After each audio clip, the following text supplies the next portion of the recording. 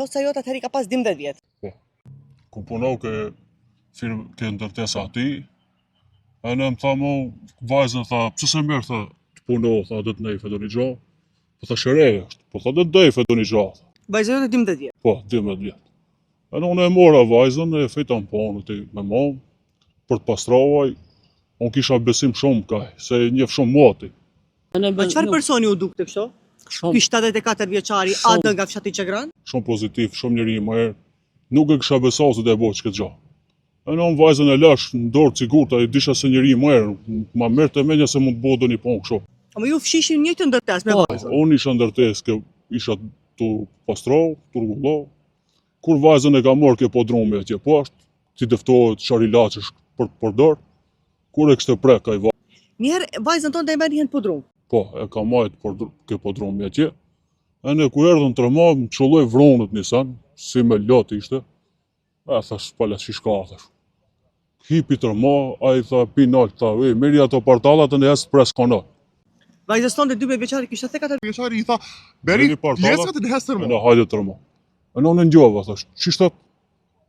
E në ajo u thke ka onë, si me tjajt me tha, ki ma unë prek kanal me. Edhe ftuava në policisë rastin e të arreston me njëherë. Ky është rrëfimi i prindit të vajzës 12 vjeçare të cilë ka tentuar ta përdhunojë 74 vjeçari AD nga fshati Çegran.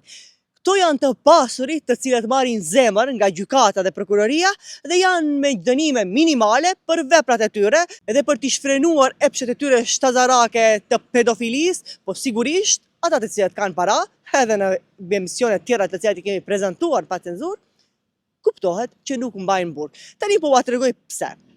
Personi AD i vitit 1952 i fshati Çegran është dënuar me 1 vit e 6 muaj burg. Akuza i pandehuri është shpallur fajtor për veprën penale, sulm seksual ndaj fëmijës nën moshën 15 vjeçare. Vepër e parashikuar nga neni 188, paragrafi 5 i kodit penal. Ku minimumi është 3 vite burg. E gjykatësja Dragoslava Vesilinovska, ka kërkuar e thana lehtësuese që të njëjtit ja bëj me 1 vit e 6 muaj burg, ku do t'i merret në kryerjen e dënimit edhe pjesa që ka qëndruar 10 muaj në paraburgim shtëpiak. Gjithashtu, prokurori publik i këtij rasti është Azbi Iseni. Ende kjo vepër nuk është e plotfuqishme. Ne si pa cenzurë do ta ndjekim se nëse Azbi Iseni, prokurori publik, do t'jetë dakord me vendimin që ka dhënë gjykatësja me rrethanat lehtësuese për këtë pedofil 74 vjeçar, i cili është i rrezikshëm për rrethin, shoqërinë, familjen dhe për çdo vajzë dhe djalë tjetër minoren, sepse është pedofil dhe veprën e ka kryer. Ky është edhe një shembull tjetër ku shihet se pedofilat në shtetin e Maqedonisë nga gjykatës dhe prokuror marrin zemër sepse dënimet e tyre janë minimale. Ashtu, nga ajo që kemi plasuar ne dhe ende nuk kemi përgjigje të duhur nga drejtoria e burgjeve, sepse pedofilet e Tetovës, ata të cilët janë të pasur, nga e njëjta akt akuzë nuk janë në regjistrin e pedofilëve.